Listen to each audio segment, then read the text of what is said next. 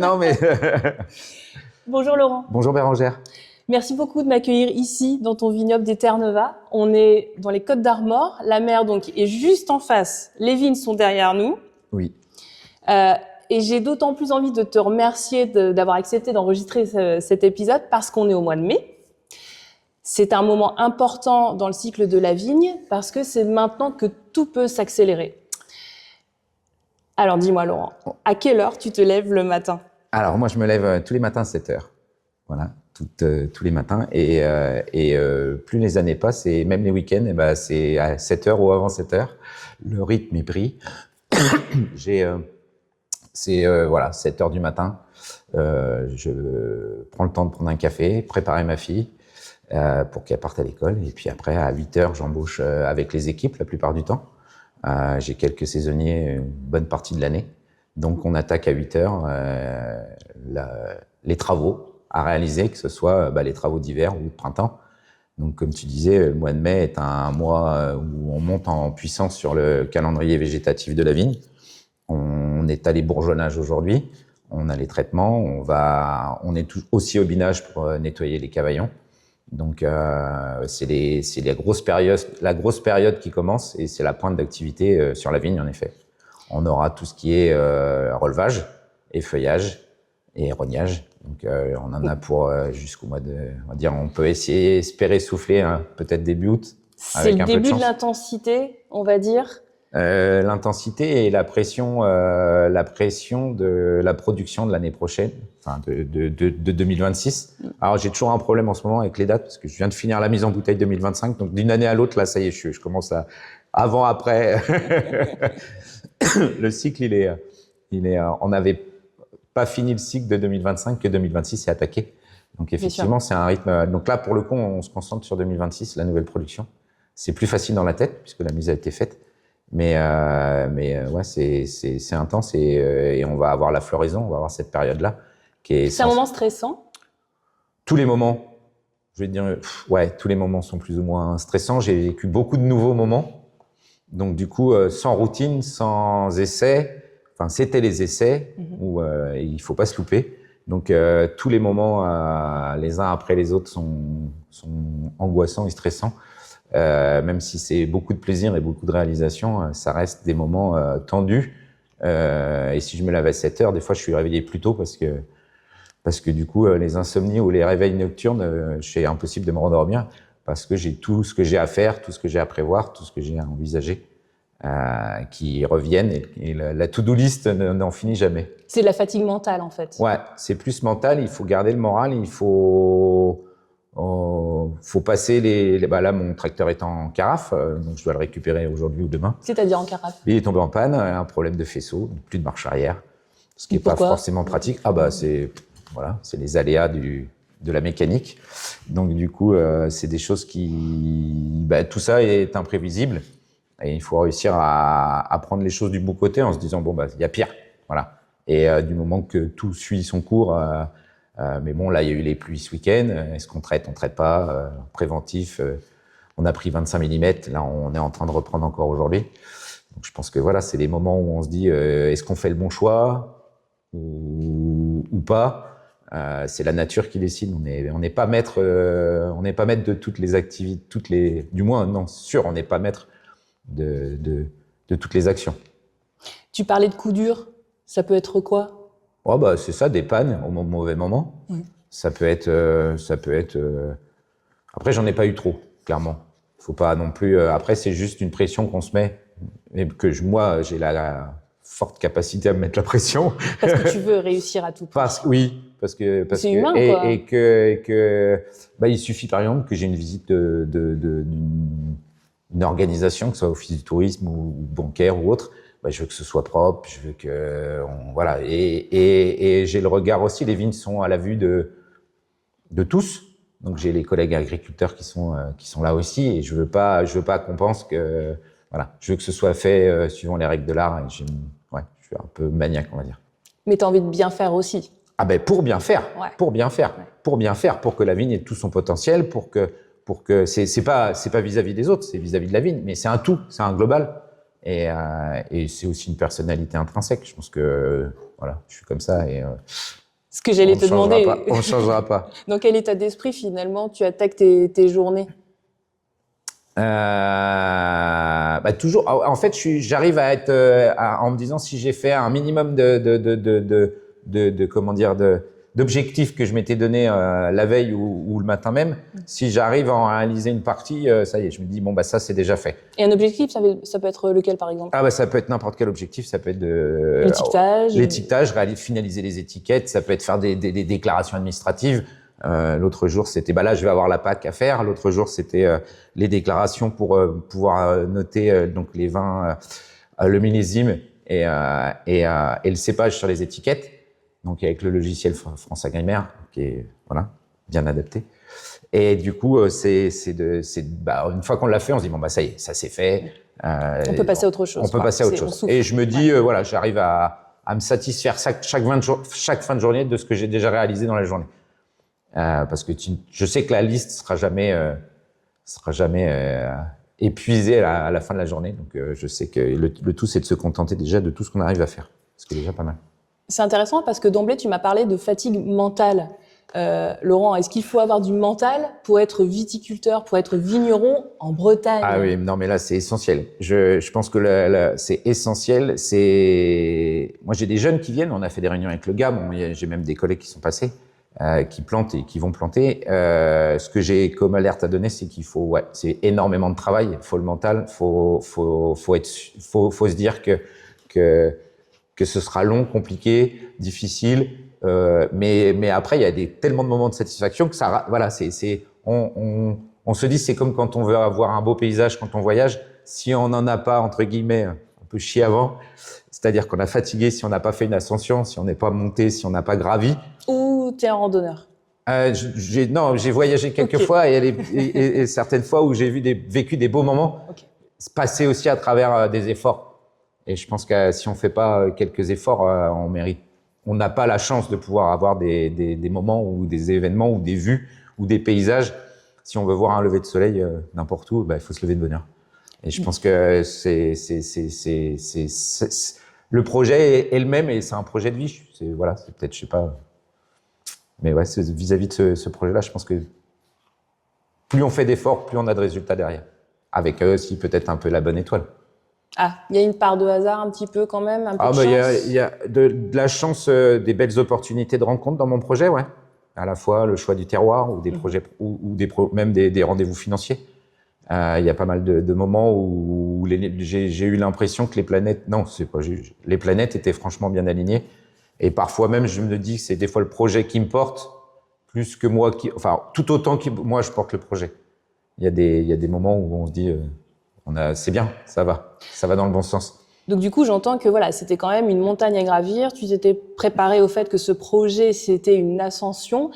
Est-ce que finalement l'ascension était pas plus importante encore que ce que tu imaginais? Oui, mais justement, là, j'avais peut-être anticipé une ascension. J'aurais jamais pu penser qu'elle soit aussi intense et physique et sportive, dans le sens-là. Quand tu t'attendais au Mont Blanc et en fait c'était l'Everest? Ouais, peut-être. C'est plutôt ça qu'il faut s'attendre dans l'idée. C'est peut-être ça. C'est ça, en effet. Puisque du coup, oui, en fait, il faut rien lâcher. C'est quotidien. Et ça fait maintenant 6 ans que je porte le projet. Donc, mais à cause de quoi tu dois rien lâcher pour que les auditeurs comprennent? Est-ce que c'est parce que tu as décidé, on va revenir bien sûr sur ta démarche, sur cette envie de faire renaître un vignoble en Bretagne? Qu'est-ce qui est compliqué? C'est le fait justement de planter des vignes en Bretagne ou c'est tout autre chose et des choses que d'autres vignerons peuvent connaître dans d'autres vignobles français? Alors, il y a ce que les autres vignobles connaissent, mais effectivement, la plantation, la création d'un vignoble, donc moi, ça a été 4 ans de plantation. Donc à chaque fois le palissage, à chaque fois. Donc en fait, il n'y a pas de temps mort dans l'année. C'est aussi la montée en compétences du travail de la vigne, la montée en compétences et toutes les étapes qui sont nouvelles. Là cette année, c'est la première année que la première parcelle a été montée en guyot simple. Qu'est-ce que c'est un guyot simple? Alors c'est une baguette et un courson. Voilà. Donc une baguette sur laquelle en fait toutes les grappes vont pousser l'année en cours.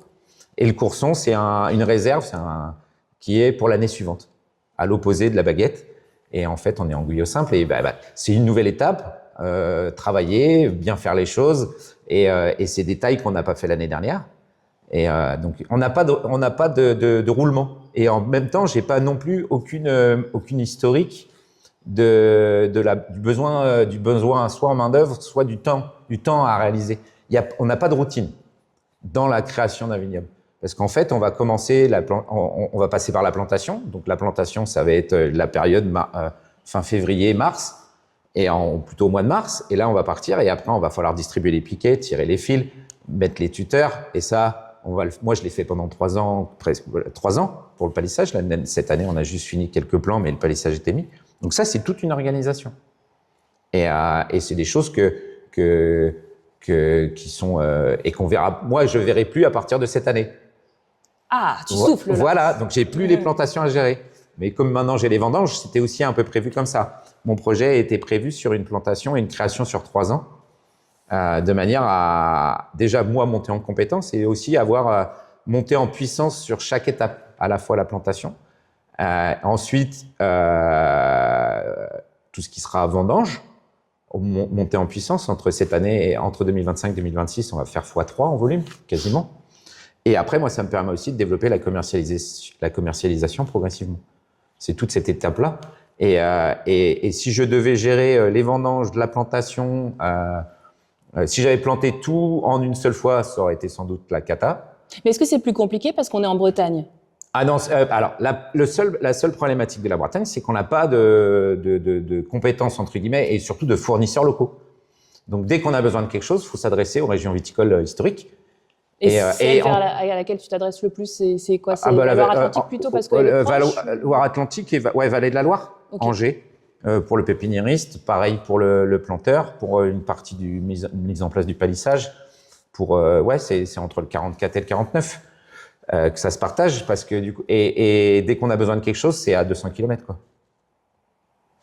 Donc il faut anticiper. On peut pas se dire tiens j'ai besoin d'une pièce, tiens j'ai besoin de ça, il me manque une couronne de fil.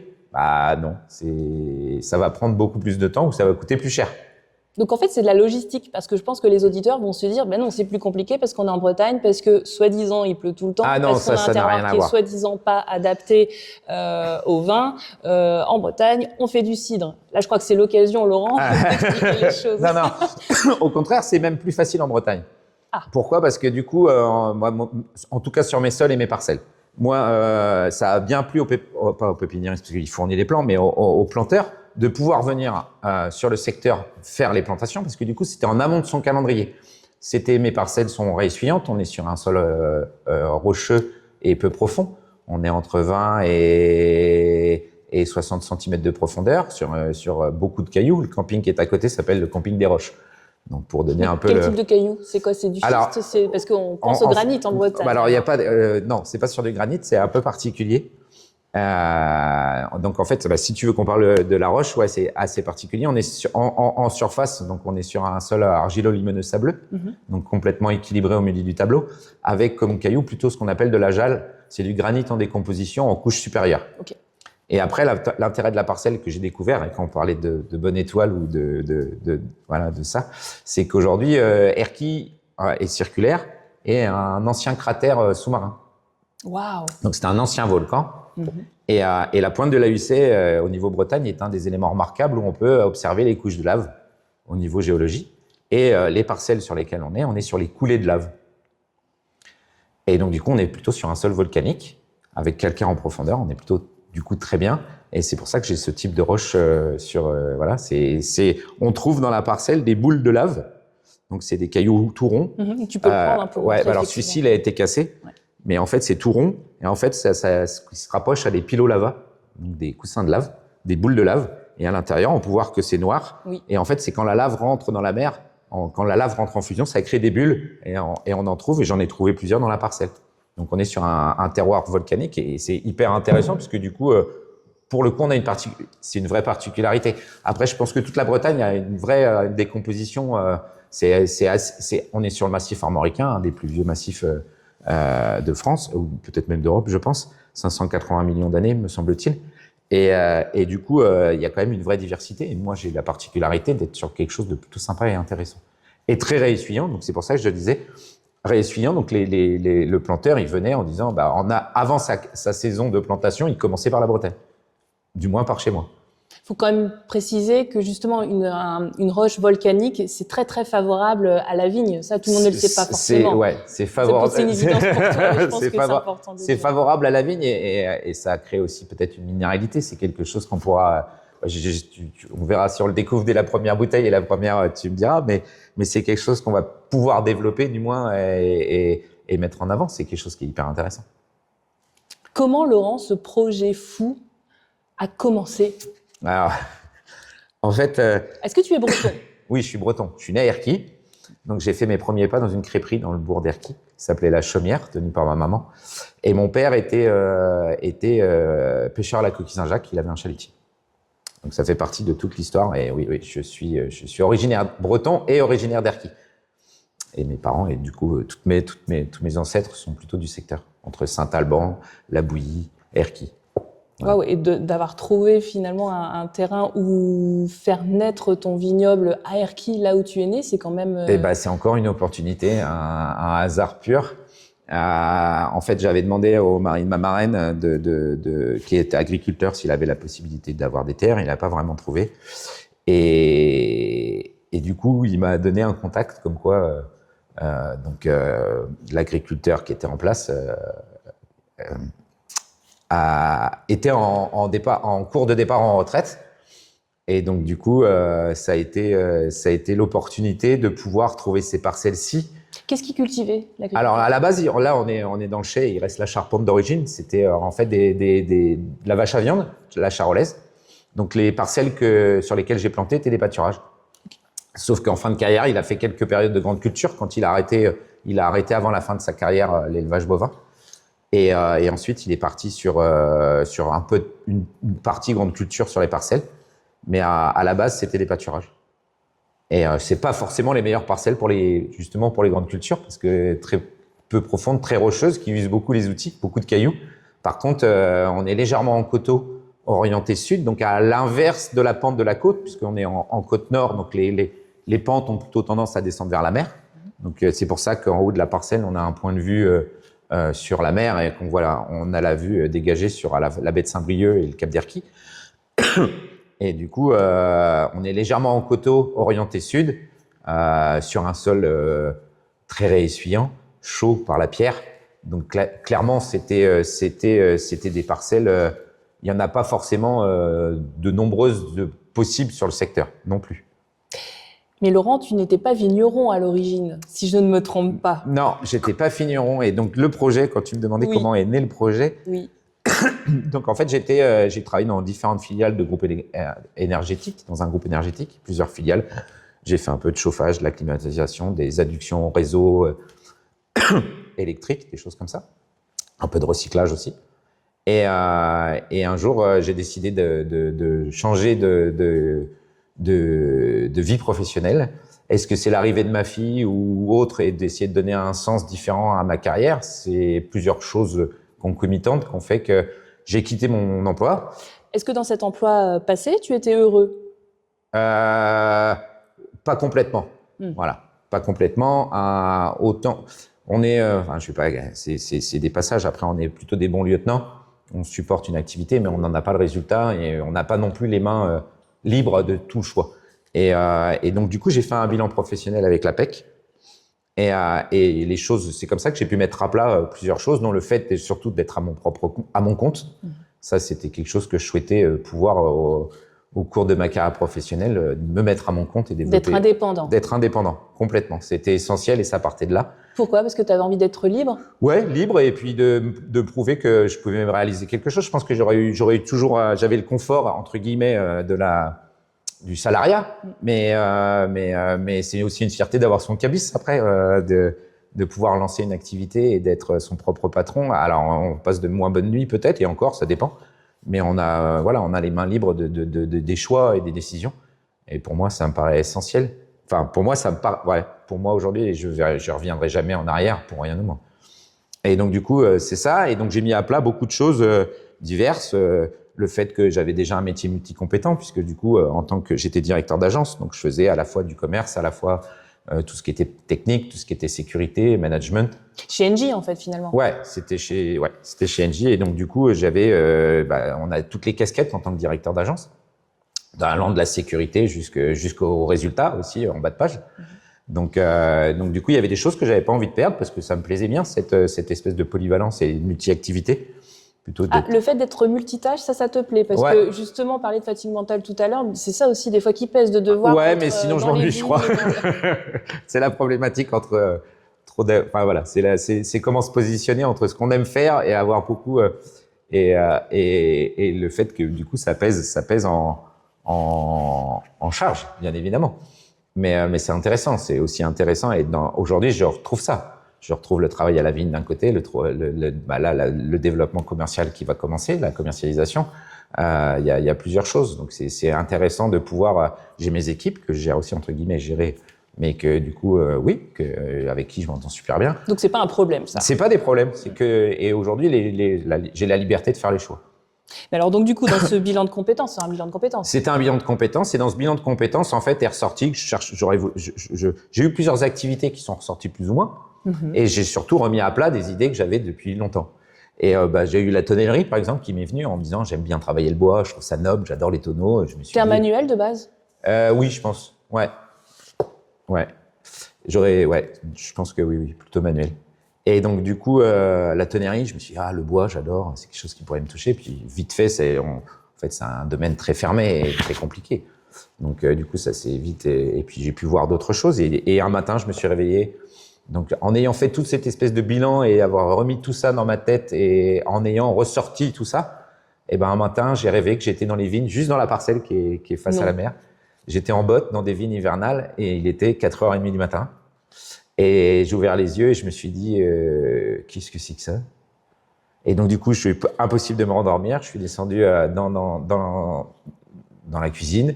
J'ai repris mon livre. J'avais un livre de Guy Sandrenin sur la vigne en Bretagne qui datait de 2011. J'ai sorti mon ordinateur, j'ai commencé à chercher. Et en fait, j'ai retrouvé des historiques de BPREA que j'avais regardé, je m'étais intéressé sur pourquoi pas faire à l'époque, passer un diplôme en cours par correspondance, parce que je m'étais un peu positionné et renseigné. Ça m'avait intéressé, la preuve. Et là, j'ai surtout vu que la réglementation avait été levée, que Édouard Casal avait planté de la vigne. Et du coup, 15 jours après, j'étais à l'ESA d'Angers, à l'école supérieure d'agriculture d'Angers, à la journée porte ouverte. À côté de moi, j'avais Karine, une Bretonne qui avait des terres et qui se disait qu'elle allait planter de la vigne en Bretagne. J'ai pris l'autoroute retour jusqu'à Nantes, puisque j'étais à Nantes. Et là, je me suis dit, ça y est, c'est parti, ça sera mon projet, je vais planter de la vigne. Mais attends, avant d'arriver à cette formation-là, j'allais te poser la question, c'est quand même que tout est parti d'un rêve. Ouais, alors je pense que c'est tout le travail, c'était aussi tout le travail de la préparation du bilan qui m'a mis dans une espèce de bulle. Et oui, ça a été un rêve. C'est pour ça que je dis que des fois je porte pas toujours le projet et que le projet me porte aussi. Pardon, mais t'es croyant ou pas? J'ai jamais posé cette question, mais parce que... La réponse T'as le droit de pas me répondre. Ouais, mais la réponse est plutôt oui. Oui. Et aujourd'hui, il y a des choses qui me laissent... qui me questionne et qui me permet d'aller vers quelque chose d'autre chose. Voilà. Je suis pas particulièrement pratiquant, mais par contre, il y a des choses qui me plaisent. On parle des Saccharomyces. Je sais pas si tu connais les Saccharomyces qui permettent les petites bactéries, en fait. Les bactéries qui sont sur l'être humain, qui, quand on va vendanger à la main ou quand on va fouler au pied, vont ensemencer le raisin pour que le jus transforme en vin. Donc, en fait, les Saccharomyces sont les levures. Pour lancer la fermentation. Qui vont lancer la fermentation et transformer le sucre en alcool. Donc, en fait, il y a une intervention. Et l'intervention, elle est humaine. Sans l'homme humain, sans l'être humain, à la base, le raisin ne fera jamais de vin. Et il y a un autre métier qui est le même, c'est le boulanger. La boulangerie, si le boulanger pétrit la pâte, c'est pour justement l'ensemencer pour qu'il gonfle et que ça fasse du pain. Donc en fait, et entre le pain et le vin, sans l'intervention de l'être humain, ça n'existe pas. Et ce qui est quand même assez, entre guillemets, voilà, chacun se fait son choix, mais finalement, dans la religion, le pain et le vin sont Voilà. Donc du coup, c'est quelque chose qui se dit, ouais, des fois, au fur et à mesure, ça me porte. Et puis après, moi, mon vignoble, il est autour de ma famille. Il y a beaucoup de choses autour de mon histoire familiale. Donc du coup, j'ai l'impression aussi que ça a créé un héritage et ou des choses comme ça différentes. Du coup, tu prends tout de suite la décision de quitter Nantes pour faire cette formation. Alors, mais quoi, ça se fait quoi du jour au lendemain? Ah bah du jour au lendemain, j'en ai même parlé à ma fille le matin même. Donc à l'époque, elle était en grande section, moyenne section. Je lui montre des vidéos, on voit, c'est parce qu'il y a un résultat au bout de tout ça. On voit je cherche plantation de vignobles, et puis en fait, il y en a très peu. Et je tombe sur une plantation dans le centre de la France, dans une zone totalement bio et haute, superbe, et avec un gars qui travaille les vignes à cheval et qui a planté un petit vignoble et qui travaille à cheval. Et ma fille, ce jour-là, m'a dit, ça veut dire, papa, que je pourrais avoir un cheval. Et dans mon enthousiasme, je dis, mais bien sûr, ma chérie. Et donc, du coup, en novembre, on a accueilli un trait breton, 6 ans après la prise de décision. Il y avait le côté aussi un peu paternel et il y a le côté où je lui ai faire plaisir à sa famille. Là, c'était le côté de dire, bien sûr, pas de problème, puisque j'étais dans l'euphorie du projet et de l'idée, même pas du projet, ce n'était que l'idée. Et après, ça s'est transformé en lui disant, tu auras peut-être un cheval, mais si tu passes les galops, je veux que tu aies un galop 5 et surtout, tu te l'achètes. Moi, je t'achète pas de cheval. Et du coup, elle a passé, donc elle a pas eu le galop 5, mais sur 4 ans, elle a passé jusqu'au galop 4. Et pour ses anniversaires, elle a créé une cagnotte, donc la cagnotte cheval, où anniversaire, Noël, elle a demandé, au lieu d'avoir des cadeaux, elle demandait un petit billet. Et elle s'est créée une cagnotte pour pouvoir participer à l'acquisition du cheval. Donc c'était. C'est beau. Donc c'était et aujourd'hui, le cheval est en débourrage. Okay. Et moi, de l'autre côté, je prends des cours de longue graine et de manière à pouvoir utiliser la jument dans les vignes pour pouvoir travailler les parcelles. Donc à la fois, ma fille pourra la monter et en même temps, l'idée, c'est de travailler les parcelles avec la jument. Mais c'est né le lendemain de mon rêve. Et ce n'est que le résultat aujourd'hui d'années d'années passées, de travail, d'efforts. Parce que c'est quand même un métier très technique, être vigneron, être viticulteur. Donc du coup, tu dois tout apprendre. Et du coup, c'est comme ça que je suis allé. Moi, j'ai fait un BPREA Vigne et Vin avec la Chambre d'agriculture à Nantes. J'avais la proximité et avec le lycée Briassé dans le Muscadet. Donc du coup, j'ai passé 1 an à faire la formation, passer mon BPREA et je suis parti en stage en même temps. Donc j'ai fait différents stages. Les stages, j'ai travaillé chez Thierry Michon dans le domaine Saint-Nicolas. En Vendée, à Brême-sur-Mer exactement. Après, je suis allé chez Thomas et Charlotte Carcin, Terre des Lélus, à Saint-Aubin-le-Vignier. Et pour finir avec Michel Chevret, Claude Lécotard dans le Sommerois. Comment tu as vécu toutes ces expériences? Est-ce que ça t'a renforcé dans ton envie justement de monter ton projet? Ou est-ce que il y a eu des moments de doute? Alors, non, j'ai jamais eu de moment de doute. Parce qu'en fait, j'étais lancé et à un moment donné, quand on est lancé, il faut pas se retourner. Parce que du coup, comme tu ne venais pas forcément d'une famille de vignerons et que finalement ce projet vient d'un rêve, tu aurais pu te dire je me suis lancé dans un truc. Non, du moment. En fait, j'ai commencé par faire les vendanges, donc en stage, parce qu'à l'époque j'étais demandeur d'emploi, donc quand j'avais fait un stage découverte grâce à à travers Pôle Emploi, pour aller faire les vendanges chez Thierry Michon. Et là, je me suis dit 3 semaines de vendange. Je lui ai dit tu dois en gros, c'était le test. Si tu te plains, si ça te plaît pas. Tu peux toujours faire demi-tour. Et puis, t'as pas choisi n'importe quelle période, c'est bien, au moins, les vendanges, comme ça, c'est le test pleine direct. Balle, voilà. Donc, on s'est lancé 3 semaines de vendanges, et là, j'ai découvert, ça t'a plu.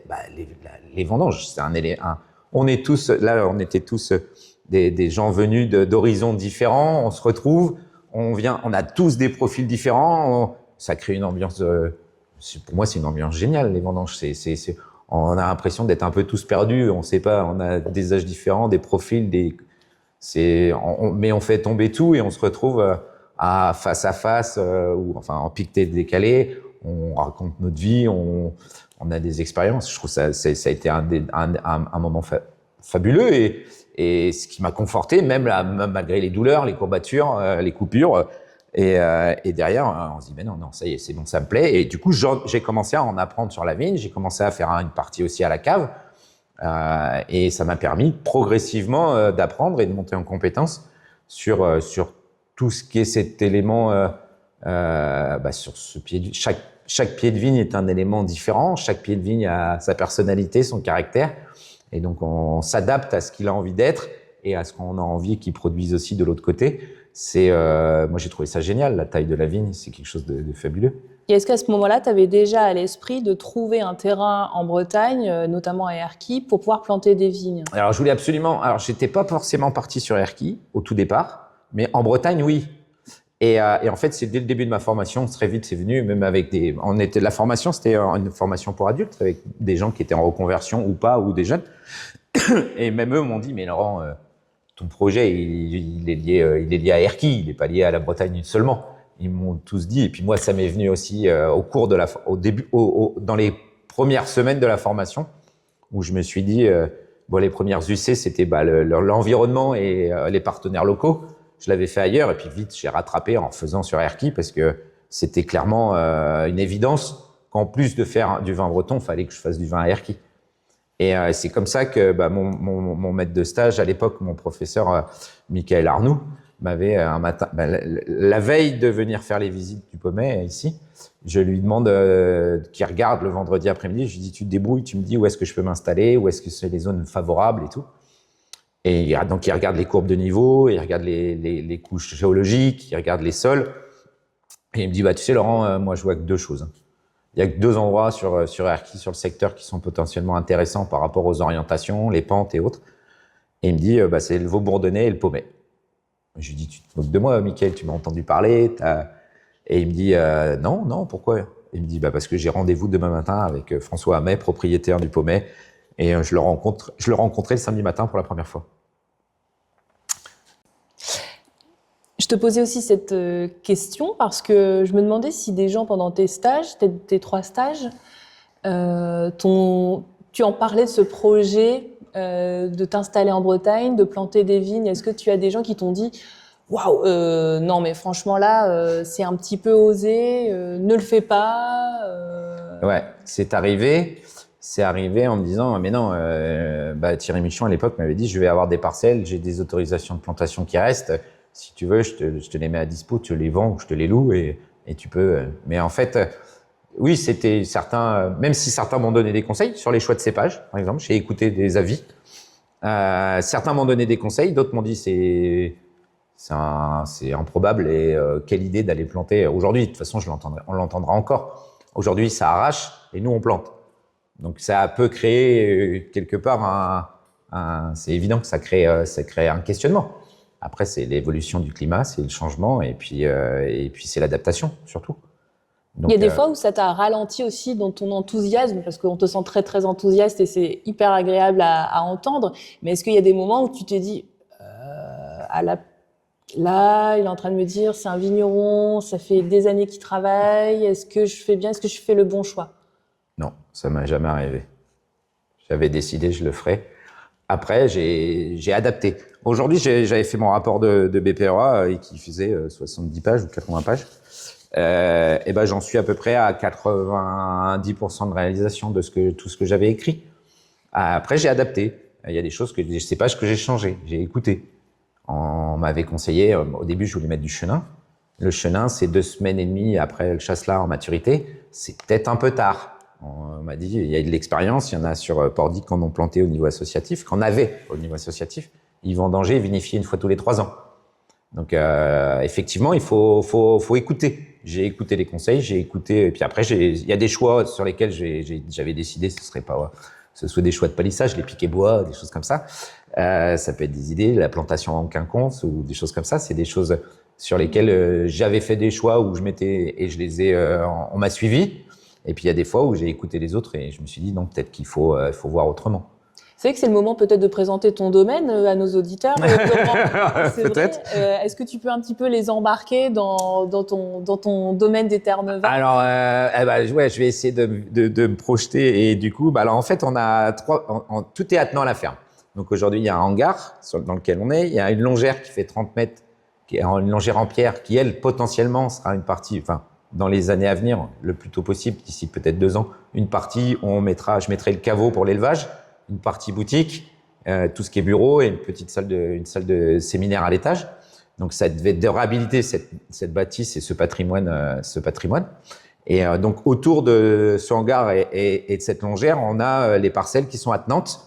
Donc la première parcelle qui a été plantée est vraiment sur le dessus de la longère, au-dessus du corps de ferme. Sur quelle superficie? Alors, au total, on est sur à peu près 14 hectares. 13,5, 14 hectares de plantés. Sur 15 hectares 74 de surface agricole utile, j'ai gardé une parcelle pour la jument. C'est l'écart à peu près. Sachant que tu es propriétaire de la... Alors, je suis propriétaire du hangar et de la longère sur 10 000 m². Et les parcelles sont en location 18 ans longue durée. Bail longue durée renouvelable. Auprès de l'agriculteur? Enfin, du coup, c'est du fermage? C'est du fermage, tout à fait. Okay. Il n'était pas partant pour vendre au départ. Il est pas partant pour vendre. L'idée, c'est de faire un bail long. Donc, François n'a pas d'enfant. Il a des neveux qui travaillent sur Paris. Donc, il n'y a pas de... Et puis, on a verrouillé avec un bail réalisé chez un notaire, avec un état des lieux préalable. Donc, on a, l'un comme l'autre, on a verrouillé nos parties. Et l'idée, c'est quand même de pouvoir essayer de devenir propriétaire à terme pour un point de vue financier. Donc, lui, souhaitait pas se séparer. D'un point de vue esprit agriculteur, qui est de dire, je les ai hérités, je veux pas m'en séparer. Après, je pense que j'aurais peut-être gagné mes galons d'en devenir propriétaire. C'est peut-être ça aussi qu'il faut voir, laisser le temps aux choses. Et du coup, et de l'autre côté, d'un point de vue financier, c'est aussi moins coûteux pour moi de payer le fermage aujourd'hui plutôt que d'avoir pris des lignes d'emprunt supplémentaires. Ça aurait peut-être mis le projet en péril que de venir acheter les terres et donc de créer une ligne d'emprunt supplémentaire. Et donc la première parcelle est une parcelle donc qui fait 300 mètres de long. Et quand on arrive au bout de la parcelle, et ben on découvre la baie de Saint-Brieuc, donc le ver de lait de Pléneuf-Valandré d'un côté, et de l'autre côté, on a une vue à 180 degrés sur de l'autre côté la plage de Caroual et le port d'Erquy. Et sur cette parcelle-ci, j'ai planté l'équivalent de 3 hectares de chardonnay, 2 de pinot noir. Donc ça, c'est la parcelle avec vue mer, vraiment soufflée par les embruns et dans laquelle j'ai planté donc des haies sur la partie ouest. J'ai une haie qui a été plantée. Sur la partie est, de l'autre côté du vignoble, il y a aussi une haie, de manière à pouvoir un peu préserver et protéger des traitements des voisins. Je suis en conversion bio, je suis bio aujourd'hui, donc je peux commercialiser en bio. J'ai commencé la transition en bio avant même de la plantation en 2022, dès les engrais verts, les semis des engrais verts. Et donc du coup, et en intraparcellaire, donc j'ai divisé la parcelle en îlots. Donc elle fait 300 mètres de long. J'ai coupé à chaque îlot fait 104 mètres sur 22 rangs. Ça fait comme un quadrillage. Ces raisons-là, ça a été que dans les allées, j'ai pu planter des arbres en intraparcellaire pour faire de la vitiforesterie. Alors, essentiellement, en partie, c'est pour favoriser la biodiversité, faire des refuges pour les oiseaux. Le deuxième aspect, c'est dessiner le paysage. À terme, ça se voit pas encore parce que les arbres sont pas encore très grands, mais c'est d'avoir vraiment les îlots de vignes à la verticale non, à l'horizontale, je dis des bêtises, et les allées d'arbres à la verticale. Et après, le dernier point, c'est aussi de concentrer, les vents dominants sont nord-ouest, ma plantation est nord-sud, de manière à pouvoir profiter de l'ensoleillement du matin jusqu'au soir. Et l'idée, c'est de pouvoir favoriser l'écoulement des vents dans le sens des rangs de la parcelle pour que ça vienne, c'est ça, que le vent en fait pénètre, s'engouffre et soit canalisé par les arbres et s'engouffre naturellement dans la vigne pour pouvoir venir sécher chaque pied les uns après les autres. Et c'est quelque chose aujourd'hui que j'apprécie sur ce terroir, c'est qu'on est au vent et que du coup, des fois, s'il y a un peu de rosée du matin, 1 heure après le lever du soleil, ça y est, c'est déjà sec. Donc c'est plutôt intéressant vis-à-vis du risque de développement des maladies. L'autre atout quand même du vignoble breton, c'est l'absence de gel. Ah bah ça c'est sûr. J'allais oublier d'en parler, mais oui, clairement, l'absence de gel et aussi, on va dire, le moindre risque de grêle. Aujourd'hui, qui est une tannée aujourd'hui, notamment dans le vignoble bourguignon. On l'a vu là, les séquences de grêle qui sont tombées et les grêles qui tombent, c'est des balles de tennis. Ici, s'il y avait de la grêle, déjà elle serait beaucoup plus petite, moins de risques.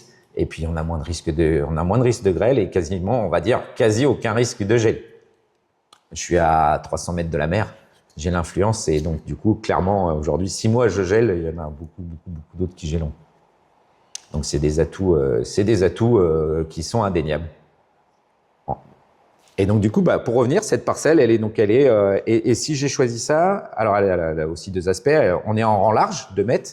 En vigne haute, le fil porteur à 70 et le fil de tête à 1,60 m. Donc ça, c'est un choix de geste et posture pour pouvoir vraiment travailler, de pas travailler à genoux en permanence. ce qui est quand même beaucoup. Donc c'est plutôt. Tu as choisi cette installation. Ah ouais, j'ai choisi ça pour essayer du bien-être au travail. Du bien-être au travail et de la même façon, si j'ai coupé les rangs en faisant des travées tous les 100 mètres, c'est pour vraiment. Aujourd'hui, cette décomposition en îlots permet de voir, d'avoir sur 14 hectares, c'est grand finalement quand même. Ça reste petit au niveau d'un vignoble, hein, mais ça reste quand on passe sur chacun des plans, ça reste grand. Et donc du coup, l'idée, c'est pouvoir se dire, une fois qu'on a fait un îlot, on passe à celui d'après. Ça permet de décomposer l'avancement du travail. Et c'est quelque chose que aujourd'hui, je suis content d'avoir créé ça parce que du coup, sinon on pourrait se taper 300 mètres de rang. Et là, tu commences, tu es déjà déprimé avant d'arriver à la fin. Alors que là, on se fait son îlot, on fait demi-tour et on fait îlot après îlot. Et c'est une bonne manière de pouvoir appréhender l'ampleur du travail et les tâches, ce qui est plutôt pas mal.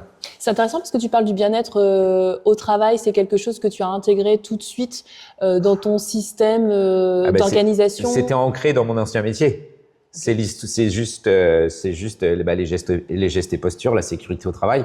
C'est des choses que après j'aimerais encore en mettre plus en avant et passer sur l'exosquelette, passer sur des éléments comme ça. On passera l'année prochaine au sécateur électrique. Pour l'instant, je l'interdisais encore parce que les vignes trop petites, trop jeunes, avec un peu de risque de faire plus de mal que de bien. Et là, par contre, dès l'année prochaine, on passe. Et c'est vraiment de se dire, c'est intense quand même, hein, tout au long de l'année, il faut. Donc, je pense que c'est à prendre en compte. C'est vraiment passionnant parce que d'un côté, tu parles de l'environnement, de l'autre, tu me parles de bien-être au travail.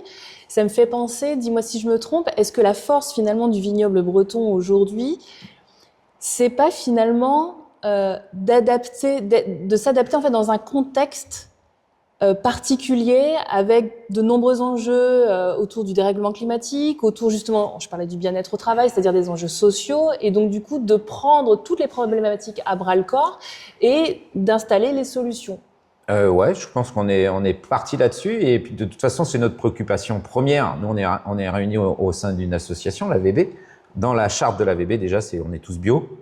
On veut faire tous c'est vendange manuelle, c'est le moins d'intrants possible dans le vin, commercialisation locale. Donc on est complètement dans cette typologie. Et ce bio justement, c'était une philosophie que toi tu portais dès le début. Mais moi c'était indispensable. Moi aujourd'hui j'ai 15 hectares en prêt entre guillemets. L'idée c'est vraiment d'en prendre soin et en plus raison de plus on crée des vignobles. Si je venais à mettre du pesticide ou n'importe quoi, ça veut dire que dès le début, je viendrais empoisonner mes propres clients à qui je vais vendre en direct et faire déguster. Moi, c'est improbable. Déjà, pour te dire, c'est pour aller vite. Ah oui, ça irait plus vite. Ça, je cache pas. Mais c'est pas une question d'aller vite, c'est une question d'aller bien. Et clairement, moi, il n'est pas question que j'empoisonne le sol, que j'empoisonne moi, je souhaite transmettre à ma fille, je veux pas qu'il y ait de problématiques. Et de l'autre côté, je dis, on crée, on s'embête à aller, entre guillemets, c'est un projet où on plante la vigne, on attend 3 ans avant qu'elle puisse produire. On va attendre, on a un cycle qui est super long. L'idée, c'est de pouvoir vraiment se dire, non, ça doit rester un produit de convivialité sain, clairement. Et je ne verrai pas les choses autrement. Sur les autres problématiques, il y a aussi une réalité par rapport à la baisse de la consommation du vin en France. Ouais, c'est une réalité. Certaines mauvaises langues pourraient dire non mais planter un vignoble alors que justement tu disais on arrache les vignes, les Français boivent moins de vin, voire pour certains pas d'alcool. Est-ce que ce genre de discours on te l'a déjà tenu? Bien sûr, on me l'a déjà tenu, mais alors. Pour info, la vigne en Bretagne, c'est à peu près 200 hectares.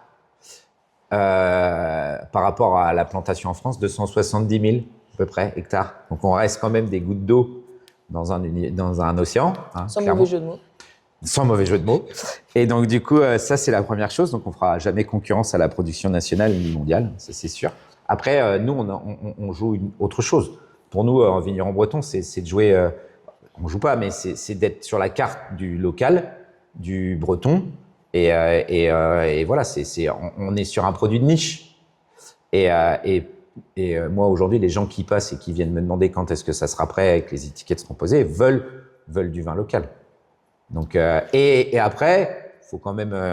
Tu me disais que tu étais de Lille originaire, donc du coup entre Lille et la Bretagne, on a quelques points communs. C'est de savoir bien vivre et savoir profiter des bonnes choses. Et je pense qu'on aura toujours, même si une tendance est à la baisse en effet, je pense qu'on restera quand même sur un potentiel client toujours suffisant pour pouvoir faire, du moment qu'en plus on arrive à faire de la qualité. Moi, je pense que c'est tout à fait, ça restera pas la problématique de la Bretagne pour l'instant. D'ailleurs, tout à l'heure, tu me parlais du Brescola, du gin breton. Finalement, le vin, c'était un peu le produit local qui manquait, quoi. Ah mais complètement.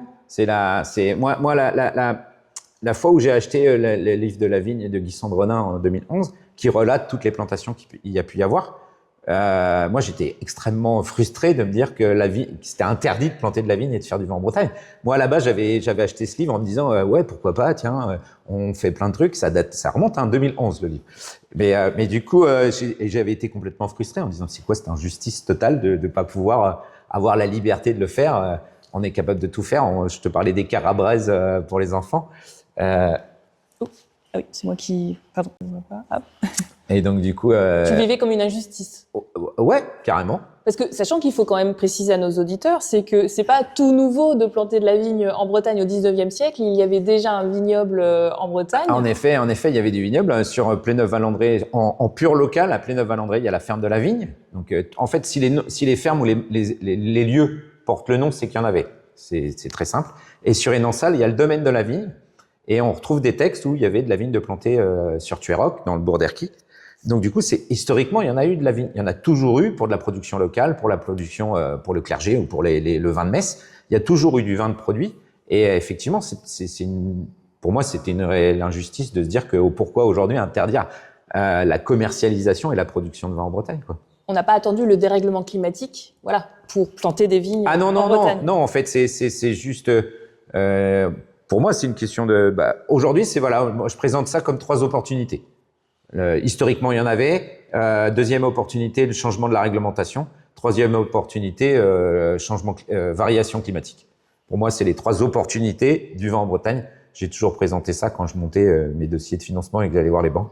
C'était de mettre en avant ces trois choses-là. Ça tourne autour de ça aujourd'hui, le projet de la vigne en Bretagne.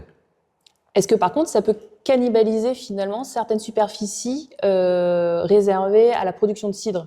Ou est-ce que ça peut aller ensemble? Ah non, ça va. Ouais. Alors moi, du coup, je suis super. Alors du coup, en local, je suis très ami avec une nouvelle. Ils sont plus jeunes que moi, mais on reste dans les nouveaux installés avec un brasseur qui fait et qui veut distiller donc bière bretonne et distillation de whisky. C'est son projet. J'en ai d'autres, un autre couple qui est sur Énansal, qui eux sont sur une installation d'une cidrerie. Donc non, au contraire, je pense que on est complémentaires. Il n'y a pas de concurrence et il y en aura jamais entre le cidre, la bière et le vin. C'est aussi pour des moments différents. On va pouvoir choisir à quel moment de la journée on a envie de tel ou tel produit et c'est pas toujours et ça vient pas en concurrence. Après, quand on va dans une crêperie en Bretagne, la problématique elle est toujours qu'il y a même pas de carte des vins. Il y a une carte de cidre. Alors on peut demander du vin, ils en ont toujours un peu, mais il n'y a pas de carte des vins dans certaines crêperies en Bretagne. Et l'idée, ça pourrait être, pourquoi pas, de dire, on va faire un vin léger, un vin rouge un peu léger, qui peut très bien s'allier avec des galettes, et que du coup, on arrive à proposer, pour le coup, aussi sur une carte, un vin breton qui puisse aller dans les crêperies. Pourquoi pas? Ça, c'est un super challenge. C'est un peu mon idée. Ton vin est déjà vendu dans certains restaurants d'Erquy. Ah oui, ça déjà. Il n'est pas vendu puisqu'il il sera commercialisé début juin, mais il est commandé. Il est commandé. Et aujourd'hui, les cavistes du coin sont tous au rendez-vous. Et les cafés, hôtels, restaurants aussi. Ça va de Saint-Malo jusqu'à Saint-Brieuc pour l'instant à peu près. J'ai eu quelques demandes d'autres sur Paris ou autres. Mais après, c'est les expéditions, donc il va falloir gérer ça autrement. Mais pour l'instant, ouais, en local, tout le monde est partant. J'ai les COP bio, par exemple, aussi, qui vont passer. J'ai pas mal de... Non, ça joue le jeu et c'est super intéressant. Donc c'est une vraie réussite. Voilà, plutôt pas mal. Après, les volumes sont pas encore là. C'est juste la problématique aujourd'hui. En tout cas, une de mes pas mes interrogations, mais c'est qu'aujourd'hui, j'ai fait 5000 bouteilles, grosso modo. Pour 2025? Ouais, 2025. Et que du coup, j'ai vendangé 5 hectares en première année. Donc, elle avait 2 ans et demi en vrai, donc en 3e feuille. Alors attends, juste pour me remettre du coup sur la chronologie. Du coup, on est en quelle année pour la première vendange? Alors, plantation, février 2023. Ok. Première vendange, septembre 2025. Ouais. Sur cette parcelle, sur la parcelle numéro 1. Ouais. Donc, sur une parcelle dont on n'a pas ni baguette ni courson, on est sur juste la création du pied. Et donc, du coup, on va pas dire que c'est une mini-vendange, mais c'est une petite vendange. Et donc, du coup, aujourd'hui, je vais commercialiser 5000 bouteilles, donc l'équivalent on va dire, sur une parcelle classique, on était à 8 hectolitres à l'hectare en rendement, ce qui est vraiment tout petit. Et donc, du coup, et par contre, de l'autre côté, j'entretiens 13 hectares et demi, 14 hectares quasiment. Donc, du coup, j'ai une charge qui est importante et un revenu, un chiffre d'affaires qui sera pas à hauteur. Donc, et l'année prochaine, ça risque d'être encore un peu compliqué. Donc, c'est cette période qui est toujours un peu tendue de ventre mou, de trésorerie, et de pouvoir tenir sur la longueur aujourd'hui, voilà. C'est juste cette problématique-là. Mais après, il faut la passer. Si on fait une belle année 2026, on aura de quoi produire encore un peu plus. Et puis après l'idée, c'est de partir sur un rythme de croisière. Parce qu'aujourd'hui, tu te rémunères pas. Ah non, j'ai jamais été rémunéré sur le projet. Mais comment tu vis? Eh ben, je vis sur ce que j'avais mis de côté en partie et ma compagne qui travaille. Donc, on peut faire le choix entre payer les saisonniers et se payer soi. Mais non, je me paye pas. Je me paierai pas l'année prochaine, ça c'est sûr. Après, c'est un projet qui a énormément d'inertie. C'est un projet sur le long terme. Et ça, tu le sais. Et ça, on le savait dès le début. La preuve, c'est qu'au niveau bancaire, par exemple, les banques ont été obligées de modifier leur logiciel pour pouvoir porter l'investissement, puisqu'ils m'ont fait un report de capital de 4 ans. Et ça n'existe pas en agriculture. Donc, puisque le plus gros en général, ils le font sur le bovin, et c'est 2 années, le temps qu'ils puissent nourrir les animaux et les vendre et lancer la commercialisation. Moi, ils m'ont fait un report de capital de 4 ans. Donc, pour l'instant, je paye les intérêts des emprunts bancaires tous les mois. Et donc, au bout de 4 ans par rapport au démarrage, je commencerai à rembourser la partie du capital. Pour me rendre compte, alors je ne sais pas si c'est confidentiel ou pas, tu vas me dire, tu as emprunté combien? Oui, je l'ai déjà évoqué parfois, mais donc on est à l'entour de 1 200 000 € d'emprunt. C'est stressant, ça, d'avoir une telle somme finalement, comme une épée de Damoclès. Alors, c'est tellement stressant que j'évite d'y penser. Voilà. Ça, c'est presque pas une omerta, mais non, c'est pas une omerta, mais en fait, tabou? Je veux pas y penser parce que sinon, je vais me paralyser. Et on peut pas. Aujourd'hui, je préfère vivre les étapes, les faire toujours le mieux possible, me concentrer sur les tâches que j'ai réalisées plutôt que la pression ou l'épée de Damoclès que j'ai au-dessus de la tête. Parce que si je commence à faire ça, ça veut dire que en fait, ça va me paralyser, ou je vais me dire c'est perdu, ou c'est pas possible de penser à ça. Je dois penser à ce que j'ai à réaliser, je dois penser que le projet va marcher, et je dois penser que le 1 200 000 €, je vais le rembourser avant même l'échéance, parce que ça marchera tellement bien que non, je préfère essayer de voilà, le projet, c'est un projet ambitieux, c'est un projet peut-être un peu fou, mais il faut continuer à le porter, et il faut pas se... Voilà, j'évite d'y penser, je me dis ça va passer. Et du coup, c'est un exercice psychologique pour quand des fois, pouf, la pensée par rapport à ce prêt, il passe, et tu le mets de côté. Ouais, je pense que j'ai réussi à faire abstraction. Ouais. Parce que je sais que c'est une question de survie d'en faire abstraction. Parce que du coup, tu as la pression de te dire, il faut absolument réussir, quoi. Sinon, ça veut dire que si tous les matins je pense à ça, je me dis ça y est, je suis mort, je vais pas y arriver. Et si je me dis, je vais vendre 5000 bouteilles à 16 € TTC, et même ça sera pas. Enfin voilà, je me dis, mais à quel moment je vais récupérer 1 200 000 €? C'est pas comme ça qu'il faut voir les choses. Pas pour moi, du moins. Ça, c'est la partie stressante, angoissante. Ouais. Par contre, moi, je me demande sur la partie positive, comment la première fois que tu goûtes justement ton premier millésime, suite à la première vendange, comment tu vis les choses? C'est un vignoble que tu as créé de fond en comble, de tes propres mains. Comment on vit ça, quoi? En fait, j'ai plein d'étapes qui sont un peu marquées. C'est un peu jalonné, ça dépend lesquelles. Mais quand la première fois, je me suis retourné en regardant mes 23 000 premiers plants couverts de cire face à la mer et dans la parcelle, et je me dis n'importe quoi parce que ça fait beaucoup et que c'est impressionnant. Ça, c'est les premiers aspects. Et puis après, on se dit, ben non, mais hop. Et après, 3 ans après, elles produisent. Donc, et je pouvais pas l'imaginer le jour où j'ai planté. Ça reste que des découvertes et des moments où je sais que ça doit arriver et qu'il faut que ça arrive, mais j'arrive pas à me l'imaginer. Et ça a été pareil pour les premières vendanges. Les premières vendanges, ça a été un moment super. Ça s'est super bien passé. Et mes premiers jus, c'est hallucinant. Mais on se disait pas que ça pouvait arriver. J'ai eu des moments d'angoisse quand on m'a livré les cuveries.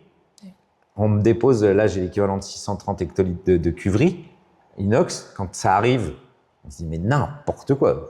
C'est un moment d'angoisse. On se dit mais elles seront jamais pleines.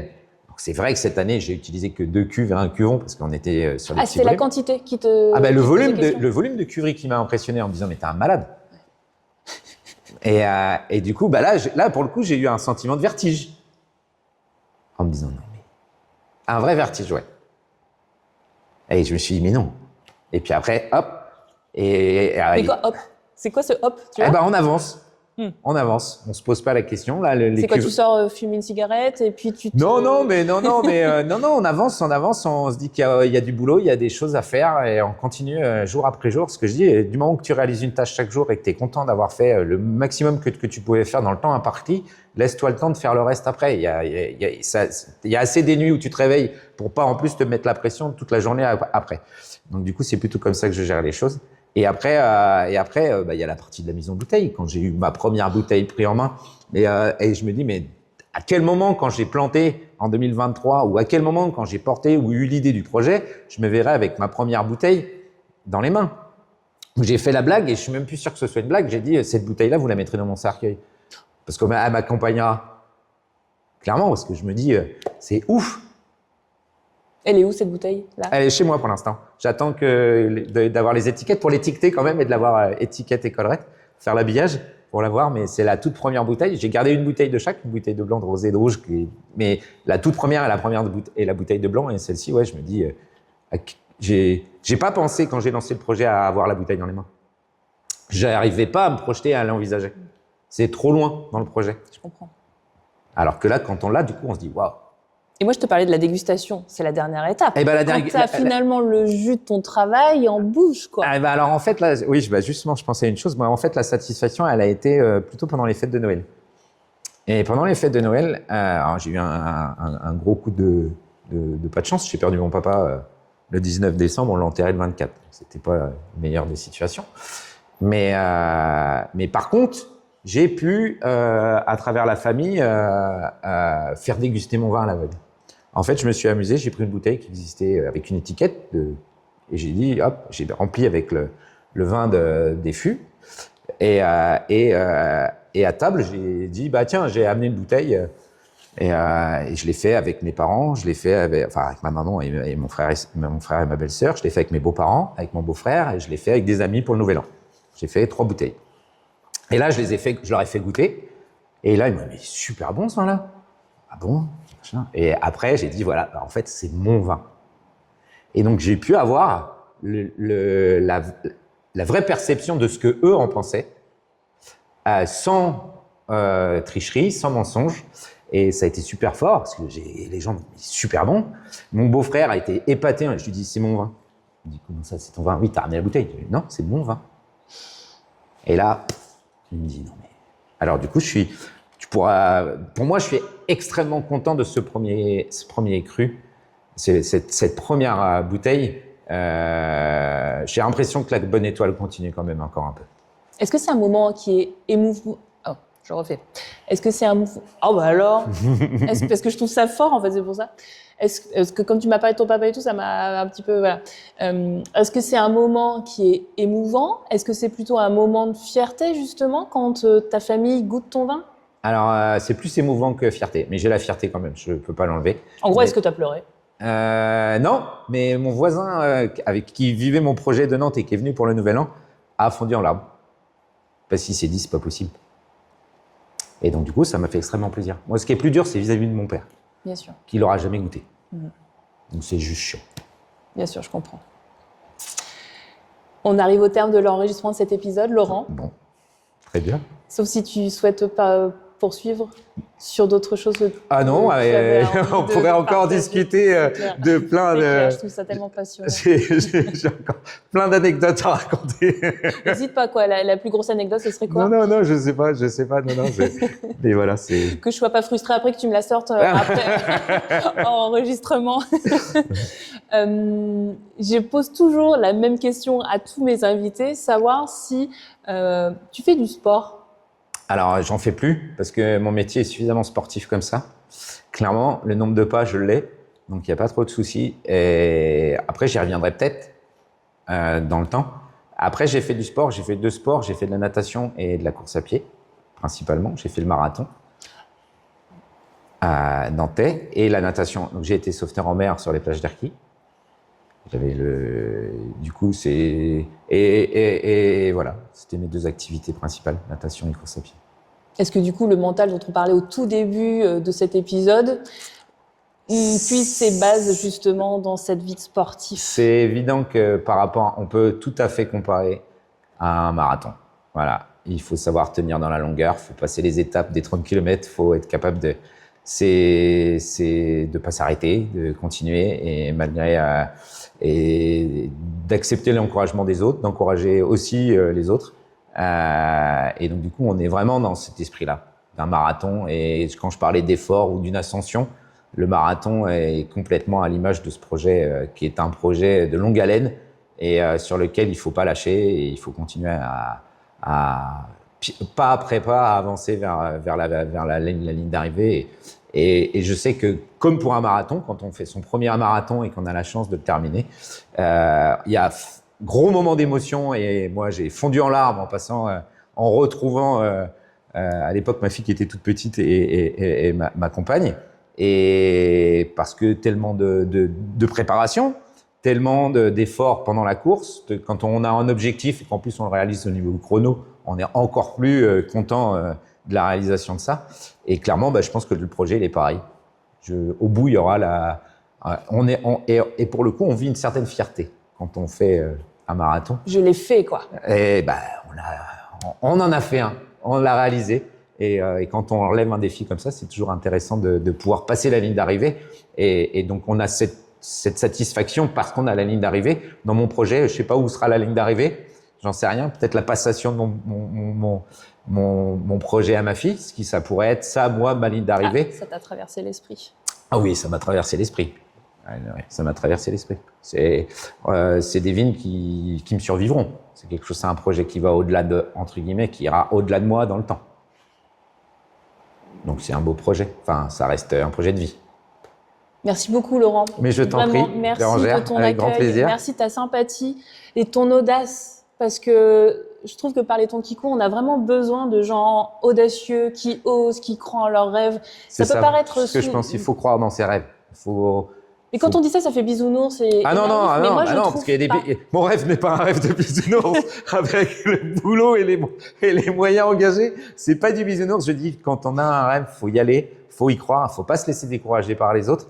Et il y a un moment ou un autre, ça fait tellement bien de réaliser ses rêves et on a un sentiment de concrétisation et de réalisation et c'est hyper important. Super. Merci beaucoup, Laurent. Je t'en prie, avec grand plaisir.